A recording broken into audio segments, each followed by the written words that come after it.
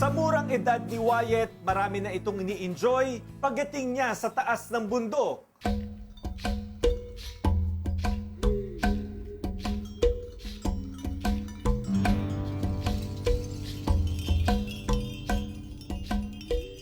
Tuwan-tuwa siya doon sa tubig. Kahit na may daan dito, gusto niya doon siya sa tubig dadaan. Kaya nga na-motivate kami parati na isama pa rin siya kasi nga nakikita naman namin na talagang sobrang nag-e-enjoy siya. Hindi siya natatakot pabasa kahit malakas yung ulan.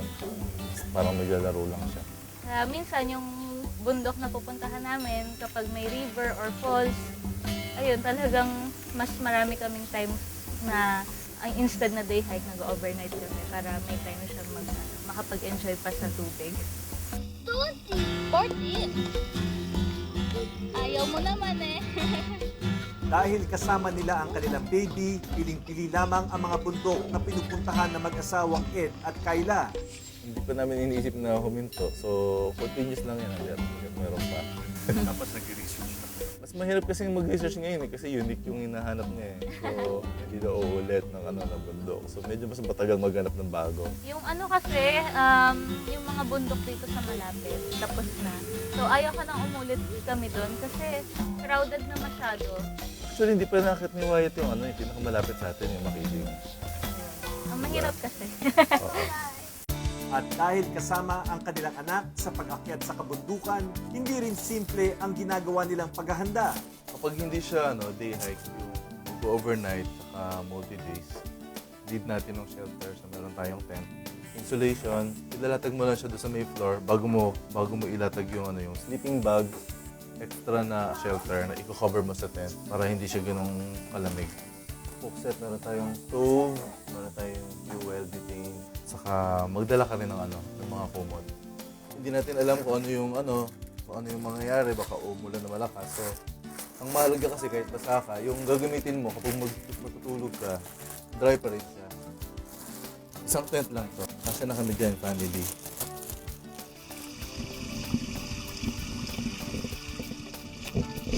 Nung wala pang baby, gamit lang namin yung iniintindi namin. Ngayon na may baby, syempre, mas prioritize yung gamit niya. So, mas dagdag yung mga binibitbit. Nung simula, mas madali kasi mas magaan siyang buhatin. Yung first na try namin, which is nung 8 months siya sa may Pico de Oro. Gusto niya talaga na maglakad pa kami, ayaw niya nung humihinto kami. Tapos na-enjoy niya yung nature. So, parang alam na. Tapos nung nag-camp na kami doon, masyado siyang interested doon sa mga gamit namin. Tapos nilalabas niya lahat yon. So ginagawa niyang toys yung mga yung cookset sa yung stove. Ang challenge diyan basically yung yung mga yung food niya, yung milk. So kailangan mo magdala ng hiwalay na water para sa kanya, saka yung milk niya, saka yung pagse-separate noon.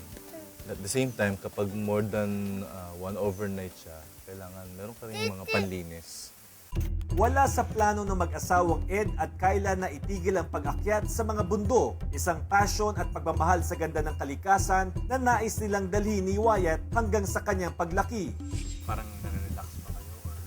Nakakatanggal Actually, ng stress. yung way paakyat, iba-iba. Minsan maaraw, minsan maraming puno, merong cover, tapos merong matarik, merong gradual, merong habang lakarin. Pero kahit ganun yun, nakikita mo yung iba't ibang tanawin, so na-appreciate mo yung yung nature. Meron kang sense of parang fulfillment na nasa ibang lugar ka. Para sa sarili mo naman, parang meron kang sense of fulfillment din na na nakayanan mo yun, natapos mo yun, hindi ka nag-give up. So umakit ka tapos bumaba ka. Bukod sa masaya, parang yun na yung pinaka-bonding namin as family eh.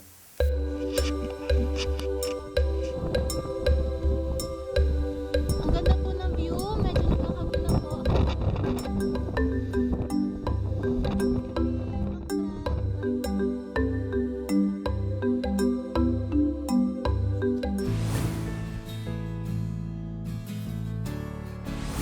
Isang magandang pamana sa ating mga anak, ang pagmamahal at pagpapahalaga sa ating kalikasan.